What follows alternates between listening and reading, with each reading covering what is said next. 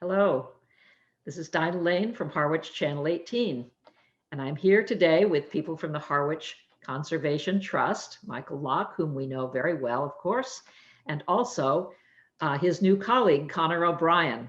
So welcome to both of you. Hi, Mike. And hi. Hi, Dinah. Thank you so much for having us. We are excited to introduce Connor O'Brien, Harwich Conservation Trust new Director of Land Stewardship. And we're very pleased to do so on your very own Channel 18. Well, it's great to hear from you again. I know you're busy all the time. And now, of course, with someone new in the office and someone new to share the workload, I'm sure there's lots to report. So maybe, Connor, you'd like to talk a little bit about what you have in mind in terms of your new work here. Yes, thank you, Donna. Excited to talk with you and excited to start working in Harwich and meeting the community. So just yesterday, we did a volunteer service day at Coys Brook, one of our properties, and we had volunteers trail trimming and fighting off some flies, but it was a good time, and we got a lot of great work done. And so what I'm hoping to do is do some more of these volunteer service days in the next few weeks, and really bring the community together in nature and on the trails that I know people love.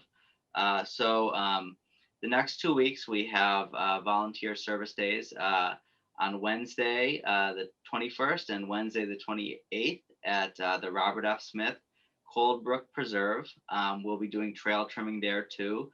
And also, I hope that I can share a little of the knowledge that I have about local plants and wildlife. And I was just there today, and we saw a garter snake. So hopefully, we get to see some wildlife too. So I'm really looking forward to connecting with the community and getting some good natural resource management done with the really dedicated volunteers that I've met so far and the volunteers that I haven't met. That all sounds good. So I understand that you only cancel in terms of in case of rain. Is that right? Yes. Yes. Uh-huh. So we'll hope for some good weather. Yes. Well, we're due some, I think. Yes. Although it has been nice and cool. That's been a bit of a blessing, I think, for some. And I see the beaches are crowded no matter what the weather. I drove by there today, and Red River Beach was completely fogged in, but there must have been 200, 300 people there nonetheless. So anyway, it's great that you're getting out and you're inspiring volunteers to do this kind of work. Can you tell me a little bit about your background? I'm sure people would be interested to know where you hail from. Well, I am a lifelong Cape Codder. I am almost a full Cape Codder, the 3 generations, almost. But yes, I have family from the Cape, and I grew up here. I'm from Dennis, and then I went to school at Connecticut College for Environmental Science, and just starting my career in natural resources and land stewardship now. But I interned with the Brewster Department of Natural Resources, and then last year I worked with AmeriCorps Cape Cod as a program supervisor, and got a little introduction to the Harwich Conservation Trust lands through them.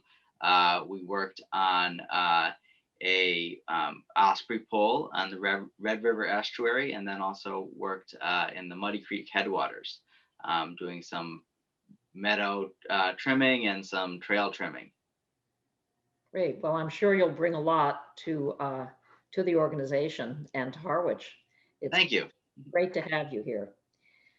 So, Mike, you have some other things you might like to talk about too, right? I know there are some walks you wanted to mention, Don Wilding's Walks and Talks. Yes, yeah, Don Wilding, who is a local author and historian.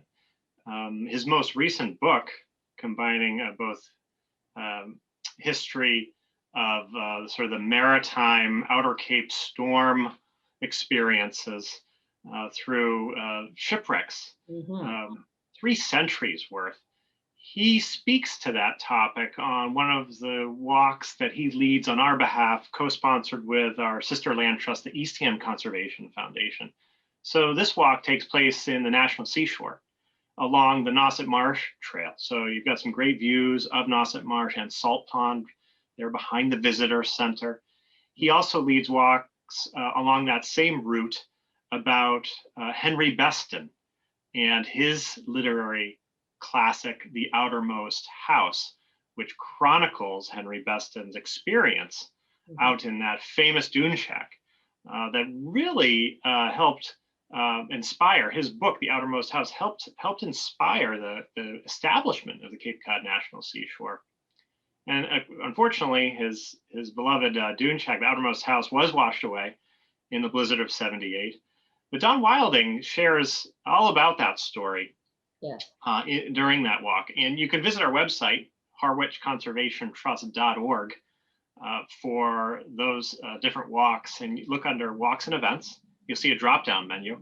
And you can click each one to reserve. It's $20 per person. We have a special arrangement with the Cape Cod National Seashore to host these walks with Don. So it's pretty exciting. It is. Don is extremely knowledgeable. And I actually went on one of those walks shortly after talking about this with you, I think, and did the Outermost House walk. And it is fascinating. He just has so many seemingly insider stories about Henry Beston too, which is a lot of fun. So yeah, Don's an amazing storyteller. Yeah, he is. He's a great storyteller, and I'd highly recommend any of his walks. I think it'd be a great experience for anyone. Okay, so I think you also wanted to talk a little bit about the Jenkins Bog property. Is that right, Mike? Yes, yeah. And before we transition to that topic, that new land saving campaign that we're embarking on, we do have a new set of walks. Keep watch on your HCTE news. If folks out there, viewers out there, haven't signed up for their e-news, they can do so on our website, harwichconservationtrust.org, and then look in the upper right corner of the home page, and you'll see where you can sign up for e-news. It's essentially an email that you'll receive periodically from us about event updates, announcements, whether it's volunteering with Connor out on the land, opportunities to do so, or walk announcements. And this next set of walks is pretty special. It's with naturalist and author and teacher, Peter Trull. So we all know Peter with his amazing breadth and depth of natural history knowledge and his engaging teaching style, entertaining, I'll say, even at times. He's just such a great force for nature. And he's a great tour leader. He'll be leading shorebird identification walks with us down at Red River Beach. And so we'll be posting those soon. They'll fill up fast. It's maximum of 12 per walk. They'll be happening in the morning on selected dates to be shared soon, again, through HCTE News. They'll start that last week of July, and they'll move into August, right during the time when some of these shorebirds are heading out on their quote unquote fall migration. Even though it's summer, they're headed south from points north. And this is a big stopover area for them to bulk up, to feed local beaches and flats. And Red River Beach is a great place to spot some of these fantastic shorebirds. It certainly is. And I don't know how many times I've been with people and we've said, now, wait a minute, what is that? Is that a plover or is that a least tern? Yes. Or, is it some kind of duck? I mean, people are constantly wondering what the birds are down there. So I think that's a great opportunity for anyone who really wants to know a little bit more to sign up for something like that. That's wonderful. Yeah, yes. So keep watching the HCTE News. On to the new land saving project, the Jenkins property. We're calling this effort our Hinckley's Pond Herring River Headwaters Preservation Project. The property assemblage there is made up of multiple parcels totaling about 31 acres. And we're working on a $800,000 fundraising campaign by December 31st of this year. We're about 25% in, so we've raised about $200,000 so far toward that $800,000 goal. And you'll see an aerial image soon of this property taken by drone by Jerry Beetham, HCT volunteer photographer, amazing photographer among our many volunteer photographers. And that gives you a good overview. This property, right at the corner of very visible Pleasant Lake Ave or Route 124 and Headwaters Drive, all the way to the bike trail, and then Hinckley's Pond beyond. And so the Jenkins family in the fall, October 2020, had their last harvest. They chose to retire the bogs at that time from agriculture. And they wanted to turn the page, see the property onto a different chapter. And they chose to work with Harwich Conservation Trust for that next conservation chapter. So while we are working on the acquisition fundraising campaign to raise that $800,000, concurrently, Harwich Conservation Trust is also exploring eco-restoration planning. So we're looking at ecological restoration feasibility for returning those bog areas to more naturally occurring wetland habitats. And what's that going to do? It's going to increase biodiversity exponentially in terms of many more plant species, greater wildlife variety, offering visitors a chance to see and enjoy different kinds of wildlife. We're going to open up, once we've successful with that land saving campaign, we're going to eventually open up a formal trailhead. So it's large enough to accommodate a brand new walking trail destination. This property is really an important piece in the overall open space puzzle in Harwich. And it happens to be located directly opposite the entrance for the Cape Cod Regional Technical High School, which, as we know, has a new state-of-the-art building to offer its students from around the region practical knowledge about vocational training and opportunities.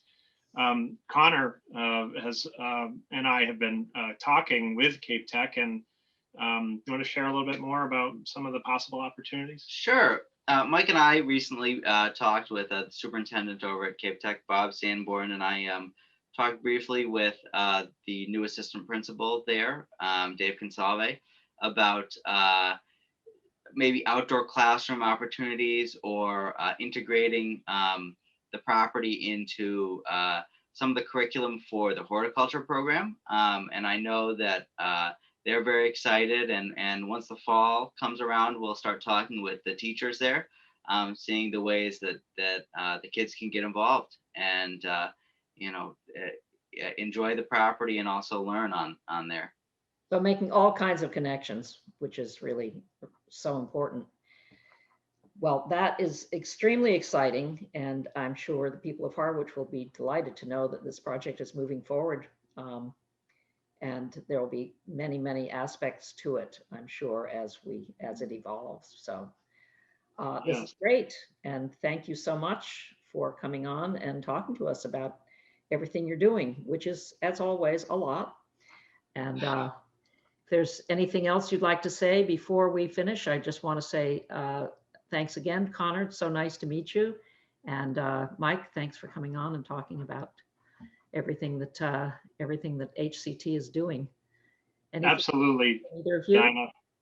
Thanks for having us, and we'll give you some project updates on the Hinckley's Pond Herring River Headwaters effort as we move through as the rest of 2021 unfolds. Great. We will look. Yes, thank you, Dinah. It was a pleasure.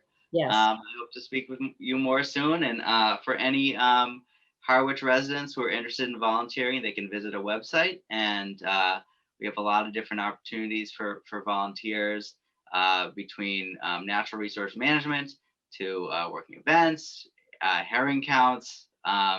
So if anyone's interested, they can visit our website and fill out a volunteer interest survey. Great. All right. Thank you both again. And thank you all. This is Dinah Lane from Channel 18, Harwich.